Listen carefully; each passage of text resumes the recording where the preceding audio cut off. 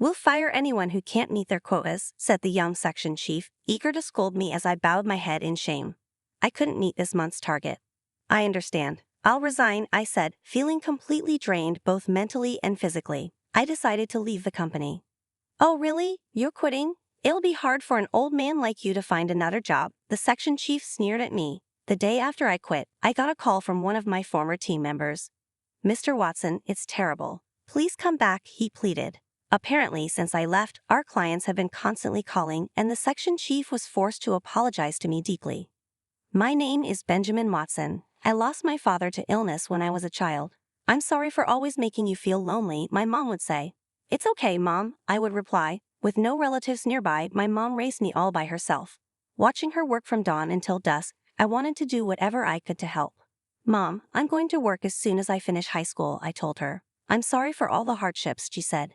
"It's okay, just leave it to me," I assured her. But finding a job right after high school was tough. I couldn't pass the initial screenings and didn't even get to an interview. I was unemployed for about a month. Then, after sending out tons of resumes, only one company accepted me. It was a sales position at an insurance company. I felt nervous because I heard that working in insurance was tough with strict quotas, but I really wanted to get a job to support my mom. My mom was strong, and that gave me the determination to ace the interview. Whether they noticed my enthusiasm or just needed more staff, I got hired on the spot. Fast forward 35 years, and I'm still working as a salesperson, handling corporate clients. I barely meet my monthly sales quota, and I've long since missed out on promotions. But maybe my original dedication is still there because I've earned my clients' trust with my polite service. "Mr. Watson, I want to ask about this insurance, is that okay?" a client would say. "Can I visit you this afternoon?" I'd respond. "Sure, I appreciate it," they'd reply. Even on my days off, if someone called, I would go to them, doing everything I could to ease their concerns. "Mr. Watson, are you taking enough time off?" someone asked me once. "Huh? Well, yeah," I replied. "You say that, but you probably aren't, right? It's unfair that clients have days off, but it seems like salespeople don't," they continued. But I always thought not knowing things can be unsettling, so it can't be helped. The workload increased, but I wanted to work for the sake of others. I often received words of gratitude, which motivated me. "It's a great help that you come right away when I call." "Thank you," they'd say. "No problem, call me anytime," I'd reply. However, my way of working wasn't appreciated by one of my bosses. "Selling such cheap insurance, you must be proud of yourself," sneered Section Chief Howard. Proud? I didn't mean to be, but every insurance policy is important when you consider the client's needs, I responded confidently. Section Chief Howard was a new boss recently transferred from headquarters to our sales department. Unlike me, a high school graduate, he was an elite who graduated from a well-known university. Big expectations were placed on him by the head office, which is clear from the fact that he was made a section chief almost 20 years younger than me. "Do you feel superior just because you've been working here for over 30 years without a promotion?"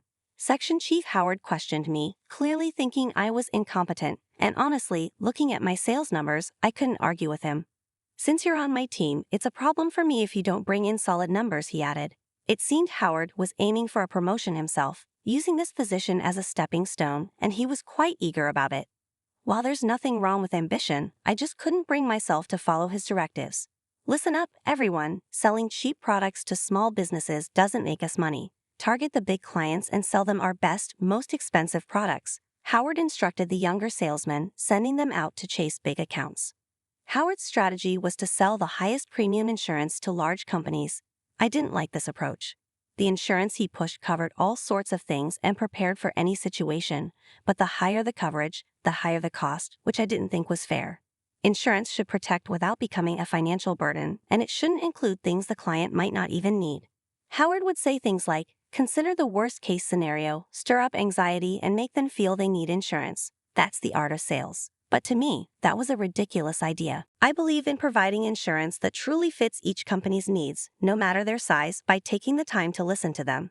Because of this, I often worked late every day, but I felt it was necessary to make sure they understood. Howard dismissed my approach. "Your way of working is really inefficient. Sell faster and make more money," he demanded. Sorry, I apologized, but I continued doing things my way, even though it went against my boss's orders. Still, I couldn't confidently say that my way was absolutely right. "Are you even listening to me?" my wife asked one night. "Huh? What did you say?" "I have been neglecting my time with my family, coming home late every night, I had almost no time with them, and when I was home, I was so exhausted from work that I wasn't paying attention to what my wife was saying. I just want to spend more time with you, she said. I'm sorry, I'm just tired from work, I replied. On your days off, you should really rest. I'm worried about your health, she said, clearly unhappy about how little time we spent together as a family, even though I was supposed to be working for their sake. People were starting to voice their dissatisfaction with me, and I kept asking myself, is this really okay? Then my way of doing things hit a dead end. Oh my, you couldn't meet your quota? Section Chief Howard said, seizing the chance to scold me as I desperately apologized. I'm very sorry, I couldn't meet this month's quota, I said. Mr. Watson, do you think you can make up for it next month? He asked. I hesitated, knowing that if I didn't meet the quota this month, the shortfall would be added to next month's target. Since I was barely making the quota as it was, the chances of catching up seemed slim. If you can't, maybe you should consider becoming part-time, Howard suggested. Part-time? Can there really be a part-time salesman? I thought, confused. Howard smirked and said, if you don't want that, then you're fired. Fired. When I said it out loud, the word surprisingly didn't sting as much as I thought it would. I couldn't say I had no regrets about my job, but hadn't I been working so hard that I barely had time for my family? Maybe it was time to accept being fired and focus on the family time I'd been missing. I pictured my wife's face and said, understood, I'll resign. Oh my, really quitting? It's going to be tough for an old man like you to lose your job. Howard continued to taunt me, but I simply bowed my head and returned to my seat. Having worked here since I graduated high school, I realized I would have to start handing over my tasks. So I began the process of resigning that day. For the first time in ages, I came home on time. When I opened the front door, my wife greeted me with a surprised look on her face. At first, she seemed puzzled, but then she smiled. You're home early today. Dinner isn't ready yet, could you wait a bit? Ah, thank you, I replied, realizing this might have been the first time I really watched my wife cook since we got married. I suddenly understood how much of my life had been consumed by work. Well, I've decided to quit my job, I told her. When I told my wife I was resigning, she didn't ask for details. The next day, I handed in my resignation to Section Chief Howard. He had a big smile on his face, clearly pleased. Please get the handover done quickly, he said. Understood, I replied. I cleaned up my desk and explained my responsibilities to the person taking over. Until my last day, I visited clients with my replacement. Many of them were surprised and tried to convince me to stay. I politely said my goodbyes, and a month later, I left the company. Leaving a place where I had worked for so long was sad, but I felt lighter in my heart. My wife seemed to be in a good mood, even though I was now unemployed. Aren't you worried, even though I'm unemployed? I asked her. Not at all. I was more worried that you were working too hard and might collapse one day, she said. My wife had always been concerned about me. I realized that my hard work had caused her a lot of worry. You've worked hard up to now. It's okay to take a break, right? Thanks for always worrying about me. How about we go on a trip? We have plenty of time now, I suggested. That sounds great. Let's go to a hot spring and heal from years of exhaustion, she said, very happy with the idea. So, the next day, we quickly set off on a hot spring trip. However, while relaxing with my wife, I received a call from one of my former team members. What's up? I asked. It's terrible, Mr. Watson. Please come back, he said, sounding panicked. Surprised, I asked him to explain. He told me that ever since I left, the company had been getting non-stop calls from our contract partners. They all said they wanted to cancel their contracts now that I was gone. The situation was so bad that it was interfering with their regular work. If all these contracts are canceled at once, it will be a huge problem for the company. Can't you please come back? He begged.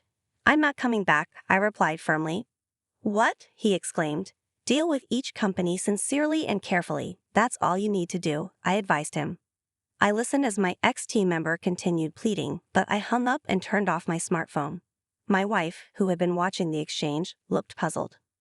What happened? She asked. My ex-team member asked me to come back, I replied. So they realized how amazing you were after you left, huh? My wife said, clearly in a good mood after hearing the story. Although I missed my work, I knew that if I returned, I wouldn't be able to see my wife's happy face like this.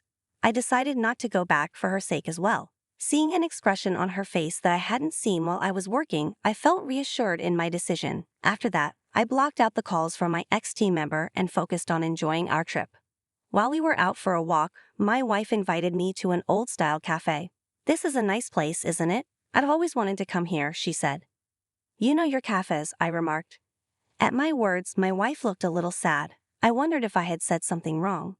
You know, visiting cafes is my hobby, she said quietly. Oh, I didn't know that, I admitted. Indeed, cafes are fashionable and have cute food, so I figured many women liked them. I'm actually a certified barista, did you know that? That's amazing, I exclaimed, surprised. I've mentioned before that visiting cafes is my hobby and about my certification, she said, her tone dropping. I quickly bowed my head. When I was working, I have been so tired that I didn't really listen to my wife's stories. Well, it's okay. When we get home, I'll make you some of my special coffee, she said, trying to brighten the mood. True to her word, when we returned from the trip, my wife made me coffee. It was completely different from the instant coffee I usually had. Delicious. I can't believe I can drink this at home, I said, amazed. I'll make it for you anytime, she replied with a smile. From then on, my day began with the coffee my wife brewed for me every morning. Spending more time with my family, I found there were many things I didn't know. I regretted that I had neglected my family for so long and decided to cherish my time with my wife. A few days later, I received a call from Chief Howard. I hesitated, considering the recent situation with my ex-team member, but eventually pressed the call button. Mr. Watson, I was wrong. I'm sorry. Could you please come back? Chief Howard apologized, asking me to return to the company. It seemed that after I left, he had to deal with the endless calls from our contract partners. He had visited them personally and apologized for my departure. Mr. Watson was always kind and considerate, especially in a field where that's rare. Chief Howard had heard from our partners how much they valued Mr. Watson's service. It wasn't just a few companies, everyone appreciated him. Firing him turned out to be a big mistake. Chief Howard realized his sales approach was wrong. Hearing how much customers valued Mr. Watson made me feel proud. Chief Howard understood that what customers needed most was thoughtful service. He admitted his mistake and said he wanted to learn from Mr. Watson's approach. His tone was now respectful, unlike before. I'm really grateful for your offer, Chief Howard said, but I'm not coming back. If you realize you were wrong, then reflect on it and treat your customers better, Mr. Watson responded. There's no need for me to return. I've already found a new job.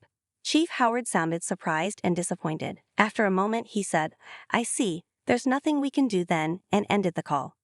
While Mr. Watson felt some concern for his old company, he was excited about starting something new. No matter how old you are, beginning a new chapter can be daunting, but he felt confident with his wife by his side. Together, they opened a small cafe, a dream his wife had shared with him during his jobless days. She wanted to work in a cafe she loved while enjoying a relaxed life in their later years.